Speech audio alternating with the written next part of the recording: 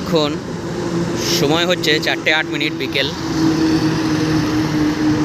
হ্যাঁ হ্যাঁ, খুব সুন্দর জায়গা, আর ট্রেকিং করার জন্য এটা পারফেক্ট আছে। ট্রেকিং করার জন্য হেভি সুন্দর। এখানে পুরো একটা দিন থাকলে ট্রেকিং করে মজা পাবে। দারুণ লোকেশন, একবারে হলো না